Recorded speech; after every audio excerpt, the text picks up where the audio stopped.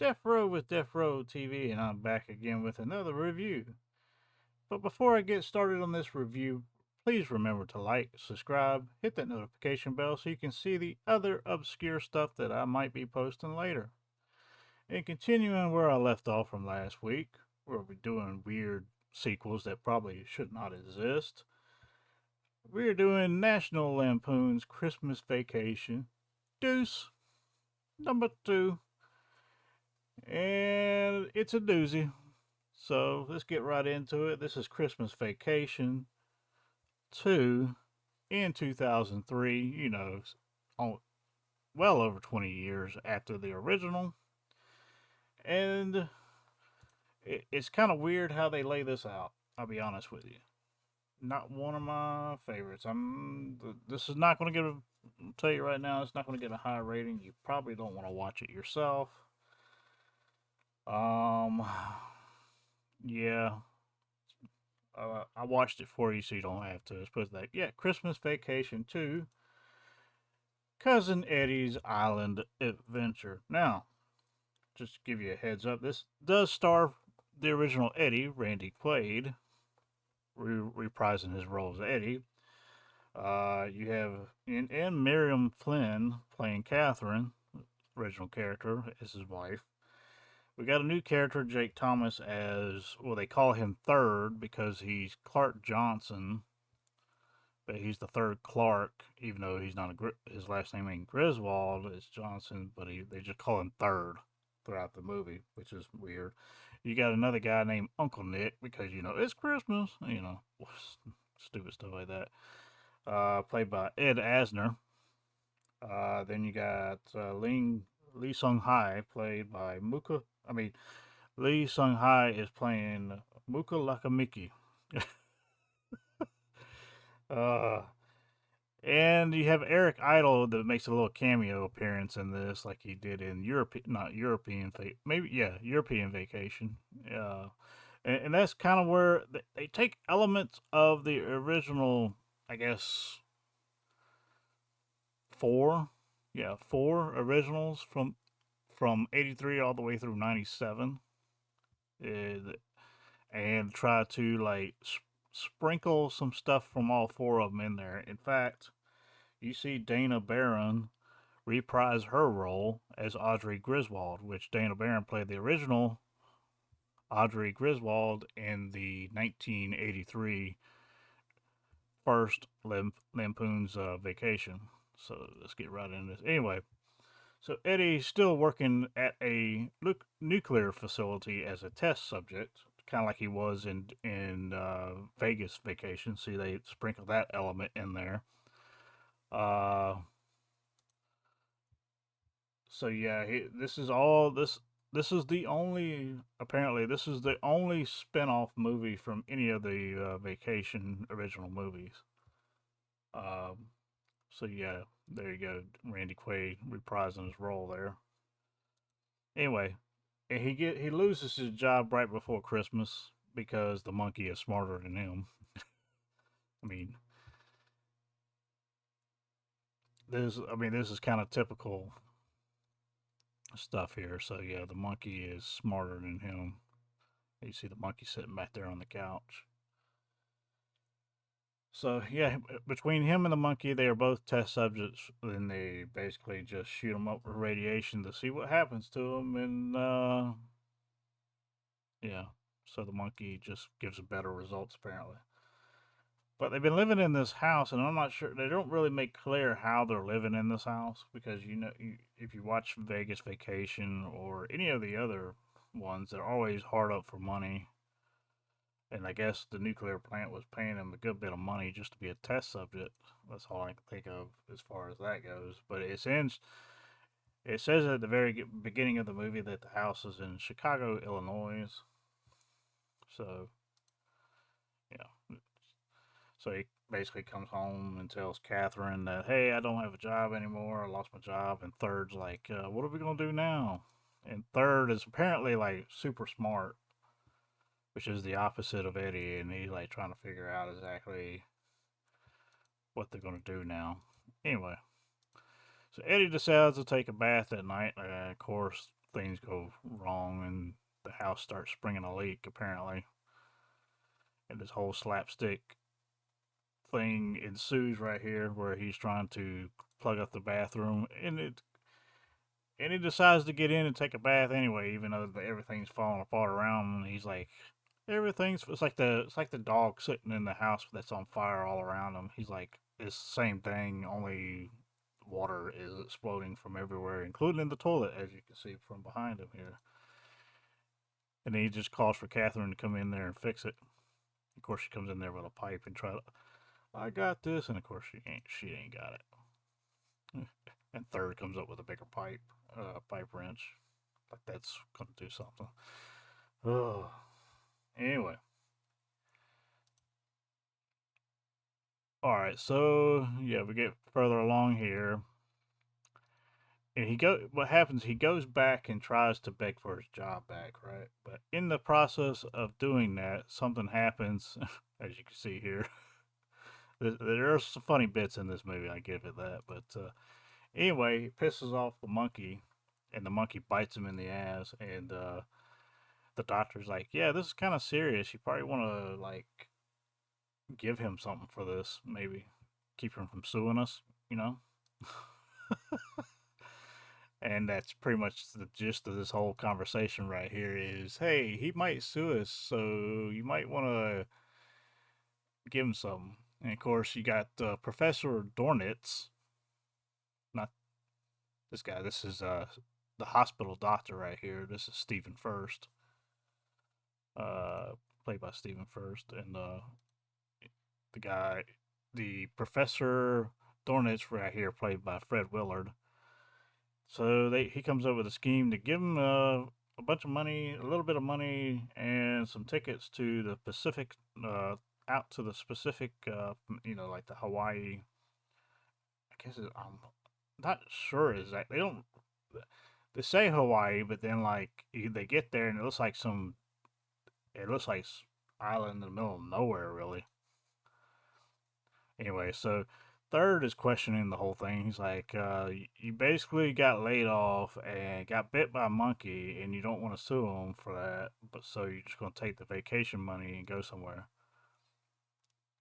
He's like, that don't make any sense. Anyway, and that's when old girl Audrey Griswold shows up, and she's having a devastating fallout with a boyfriend that ended up being married, and he didn't tell her or whatever, and she's like upset. She's like, I gotta get away, I gotta do something. So she decides, hey, I want to hitch a ride with you guys and go on this vacation that you're going on. So that's kind of what happens.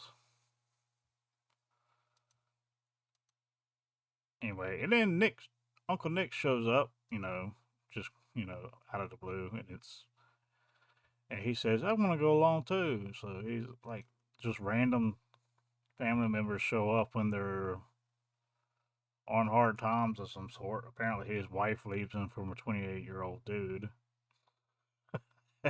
Yeah, yeah, okay. It's weird.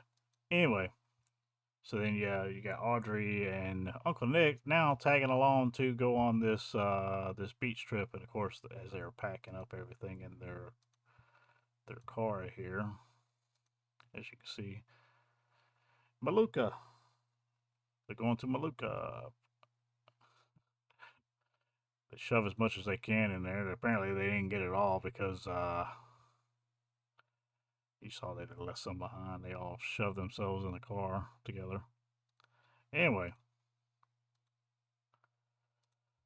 and of course, Eddie is bringing the dog along, as you can see here, and the dog stinks to high heaven. And they get there, and there's a long line, and then they get to the front of the line because everybody can't stand the dogs. And then all of a sudden, Eddie knocks over this English dude that's standing at the machines getting his bag scanned, and he gets thrown into the bag conveyor belt. Anyway, and of course that's a little bit harken back to the European Vacation, apparently, because Eric Idle was in that one.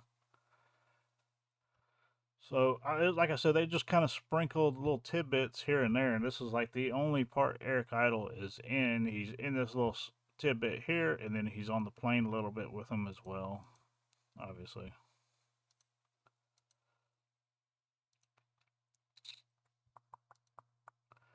Let's continue. And yeah, Audrey's still crying about the whole breakup with the boyfriend slash married dude that wasn't supposed to be married but is married. And I have to say, uh, Dana Barron being from the original Vacation and being in this one, uh, she aged very well. She's very pretty in this movie, to be honest with you. So there's that going for it in this movie. And of course, this whole part where like Eddie's having a problem getting this peanut packet open, and of course, just the English dude again. He's messing with, and it's just like, what are you doing back there? And Eddie offers him like one peanut, and he takes it and eats it.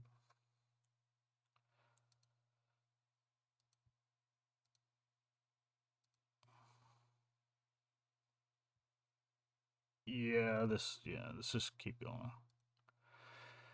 Alright, so yeah, they land on this island, Balaki, whatever, I don't know exactly. And they meet their guide that is also an employee of the nuclear plant, apparently. And as she's played by Lee Sung Hai.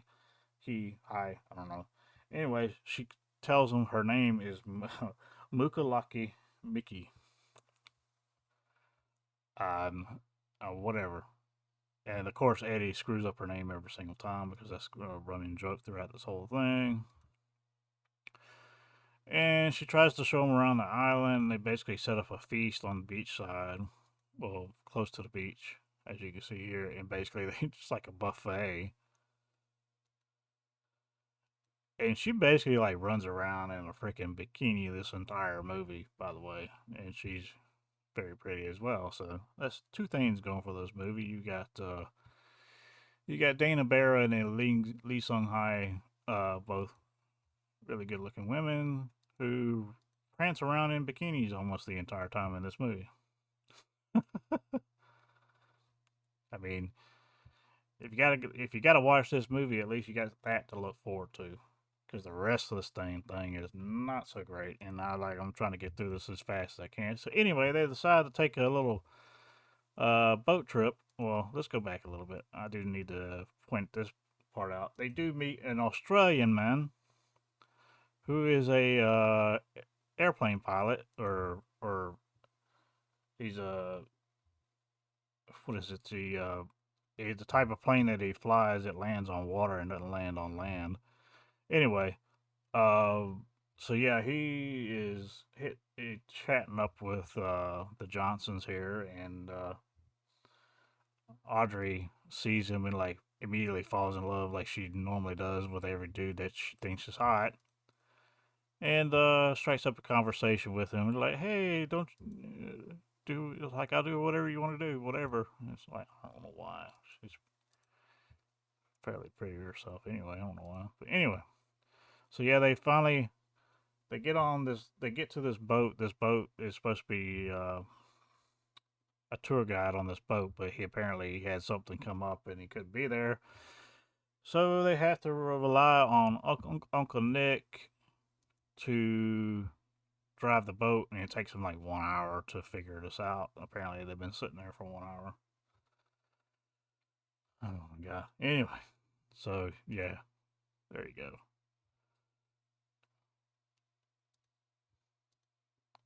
Let's keep going. And of course, third is enamored by Muka Lakamiki.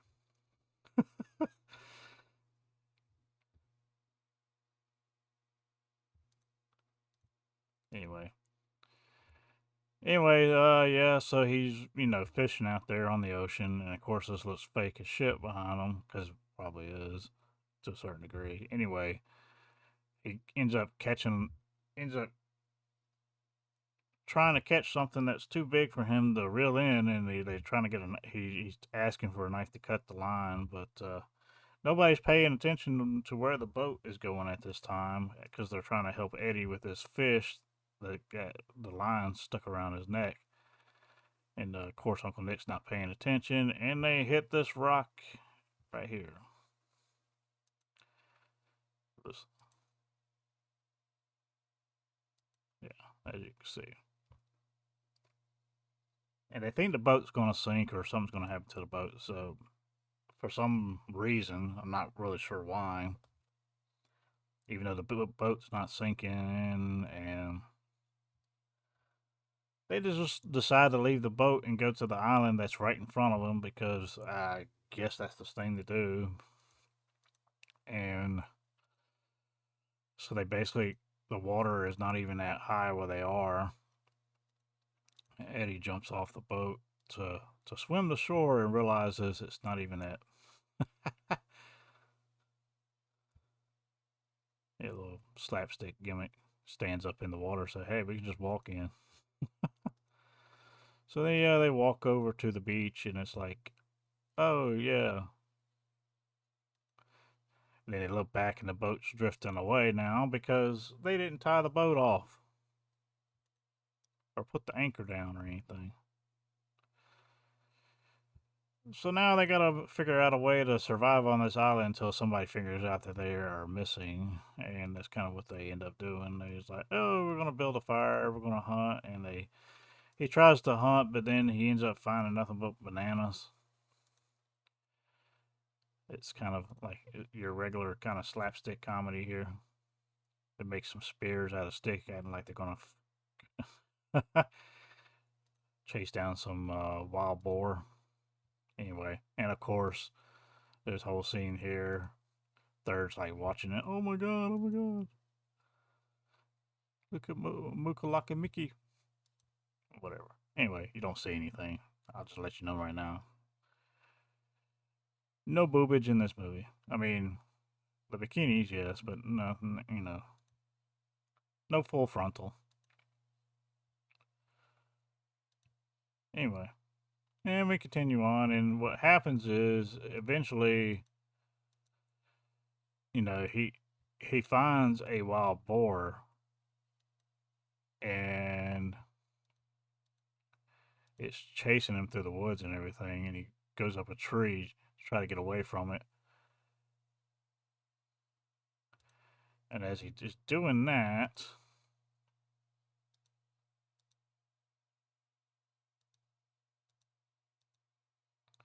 he's trying to grab a spear out of the tree there, okay? He does that, and then the branch breaks, and then, of course, he falls on the pig and kills the pig with the spear. Not on purpose. And then, of course, they have the pig that night for dinner. And they're all kind of like the island apparently has plenty of bananas, but nothing much else really to eat. So that's the reason they're all for this. And apparently the boat, the rations they had are hamburger helper, as you can see there, right in the middle of the bananas. Anyway, so him and Third decided to build like a little house, and they said, "Well, I guess if we end up having to stay here, we're gonna have to have a house or whatever." So they build like this crappy little house out of sticks and palm tree leaves and that kind of stuff. Anyway, yeah, the thing about the house, they cut back to the house in Chicago like every now and again, and apparently they never fixed the water that was leaking in the second floor. They just apparently just left it going, and the shit's just flowing out the window right here.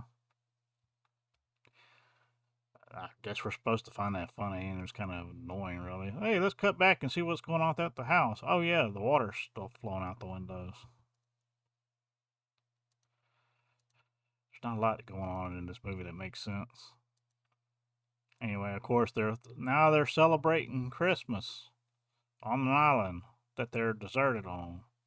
That they didn't have to be deserted on if they just stayed on the boat, because it was not. Never mind, it wasn't leaking. It wasn't sinking. And then he forgot to put the anchor down, and so the boat ran off. It runs off. Anyway, so yeah. So now they're singing Christmas songs and stuff like that. Blah blah blah.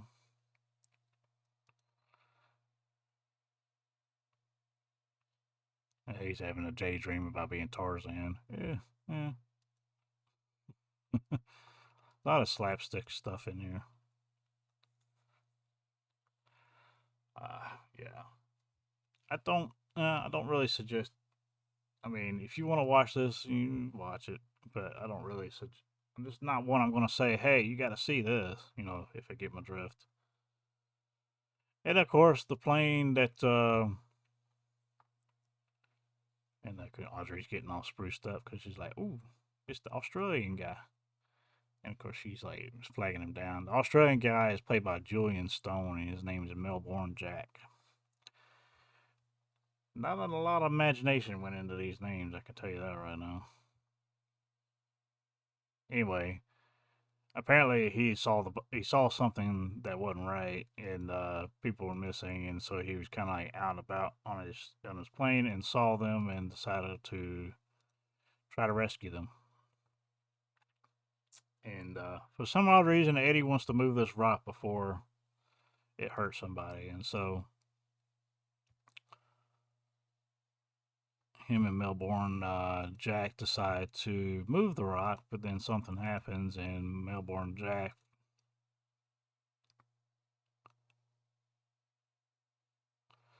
drops it on his foot, and he rolls down the hill.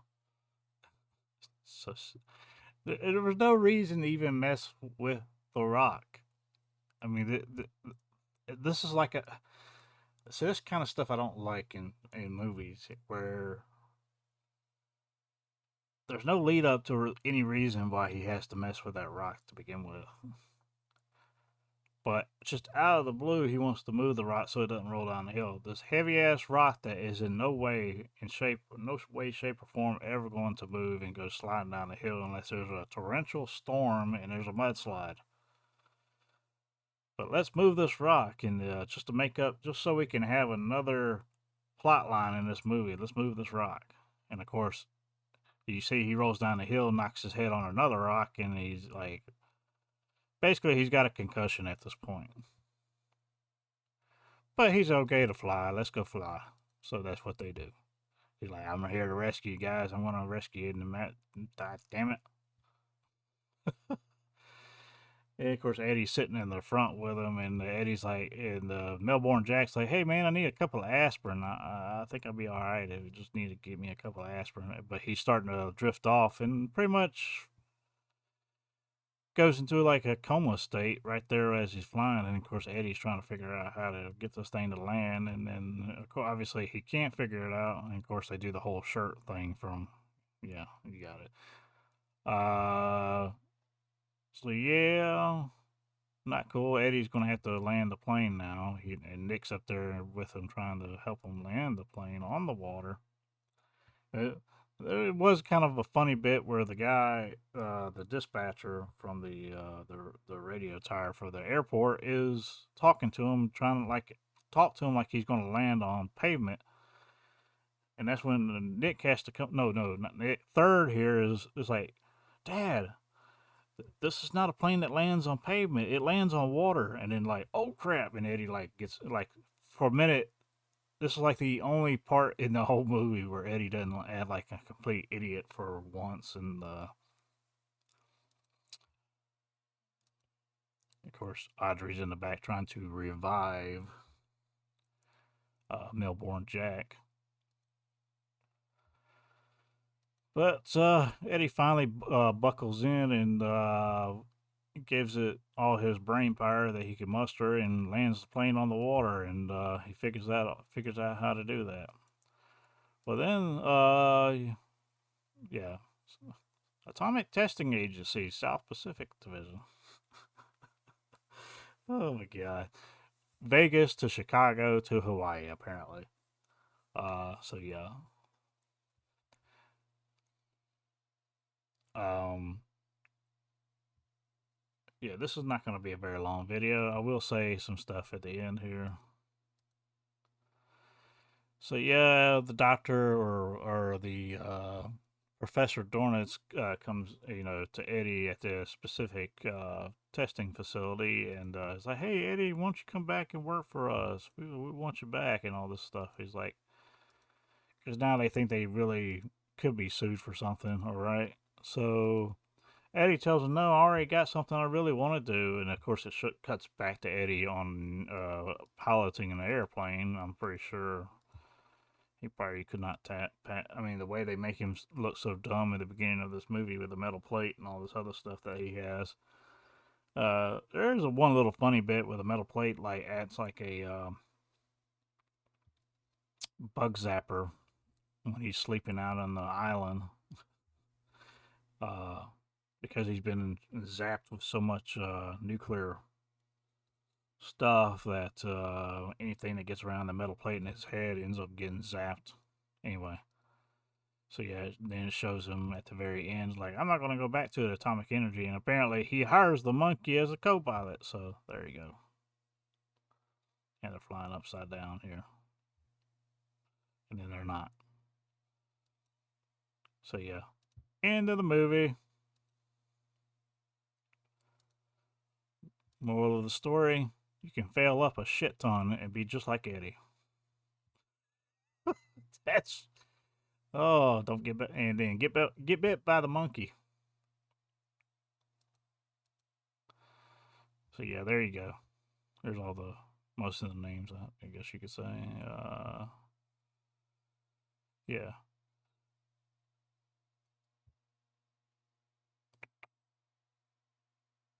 yeah, and I mean, it's not that great of a movie.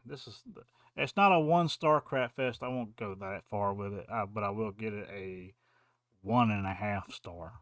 And a half star is basically because you have uh, two good-looking women who are the majority of the time in some type of bathing suit or bikini. So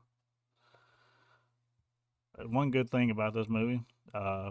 And another, I mean, that's another half star because Eric Idle shows up as the English victim, as you can see in the rolling credits here. So yeah, I mean, it's not a sequel that probably should have been done in the way that it was done. And basically, they just sprinkled little bits of the other movies in there. Don't know why. Um, Now, what I want to say here at the end, this is Christmas Vacation 2 from 2003. Uh, so this came out before the 2015 Vacation, where it's like basically like a sequel movie that it follows Rusty and a little bit of Audrey. So let's see. Like I said, it kind of follows the storyline of Vegas Vacation, because you remember in Vegas Vacation, he's living out in the middle of the desert because he's testing. They basically have some land that's on the old testing grounds for nuclear bombs. And so, yeah, always something about the nuclear stuff that he's playing around with. Uh, and then they brought in Eric Idle from the European Vacation, so there's a little bit of that in there. And then, of course, the Christmas Vacation, the only really bit that you see from the original Christmas Vacation is just the atmosphere, really. There's not really too much that correlates to the original Christmas Vacation. And then the original Vacation, you have, like I said, Dana Barron reprising her role as Audrey Griswold. Uh, so, yeah, there's that. 1.5 stars. What they should have done, if they were going to do a spinoff of just Eddie and call it Christmas Vacation 2, it would have been very cool to see, like, Christmas Vacation 2, where they still have the camper and everything, and they just went back to Clark's house, right? Like they show up again basically like they did in the original movie, but they're not there this time, and they just decide to, hey, we're gonna just babysit the house. And then a bunch of shenanigans with neighbors and everything else ensue, and it's all Eddie this time. And then finally, you have John Candy show up at the end, and everything's all crashed, and or everything's been put back together haphazardly, and then right as they leave, everything falls. The house just falls and caves in because of what all the crap they went put the house through and everything else. That would have been a cooler way to go about it. Uh, would have made more sense. Like, hey, maybe the Griswolds don't want to stick around for Christmas because family just all of a sudden shows up that they don't want there. Like Eddie and Catherine and the kids they bring along with them. So yeah, that's kind of how I look. That's how I would have done it if they. But you probably wouldn't have been able to get the same house and all that stuff. I mean, maybe that's not wasn't doable. It wouldn't have had to be in the same house, really. You could just say, "Hey, they moved here and they're closer by, and we're just gonna go, show up one day in the camper again or the camper truck, whatever." And they do, and then they find out they just went on vacation because they went on vacation so they could stay away from that happening again. But then they realize, oh, we can get in this house and we can babysit it for them. We'll pay them back for being so nice to us all those other times, you know, when they really don't want to be paid back. Anyway, that's just my opinion. That's what they could have done as Christmas Vacation too. This was not Christmas Vacation 2 that I would say is Christmas Vacation 2. This is my opinion. So yeah, Christmas Vacation 2, 2003, 1.5 stars, half a star for the two pretty women. Uh, if it wasn't for them two, it'd be a 1 star crap fest in my opinion. So yeah, it's borderline uh, heinous almost. So 1.5 star might put it in the bogus region of critic list. I don't know percentage wise what that looks like. I'm gonna have to look at it a little bit closer. So look out for that link below in the description for my critic list score, and take a look at what percentage I put out there. And that is me, Deafrowe, out.